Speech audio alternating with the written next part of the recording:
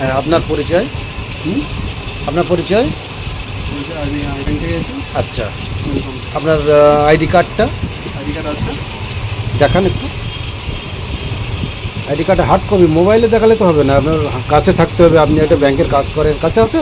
না, মোবাইল। আচ্ছা, আপনি যে রিকভারি এজেন্ট হিসেবে এসেছেন, তাহলে আপনার নামটা বলুন। পিতার নাম? হ্যাঁ, পিতার নাম আপনার? আমার নাম না, আমার তো দরকার লাগবে এই দুটো। হ্যাঁ, আপনার পরিচয়টা ডিটেলস আমার লাগবে। আমার পরিচয় নিয়ে কী হবে? আপনি যখন আমার পরিচয়ে এসেছেন, আমি আপনার পরিচয়টা নেব না? ব্রাঞ্চ?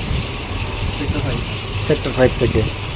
আচ্ছা, আপনার কাছে আইডি কার্ড নেই, আইডি কার্ড আপনার আছে? কাছে অথরাইজ লেটার নেই, আপনি ব্যাংক থেকে এসেছেন, তার কোনো অথরাইজ লেটার বা আমার কাছে হোম ভিজিট লেটারও নেই, আমার সাথে ভিজিট করতে এসেছেন।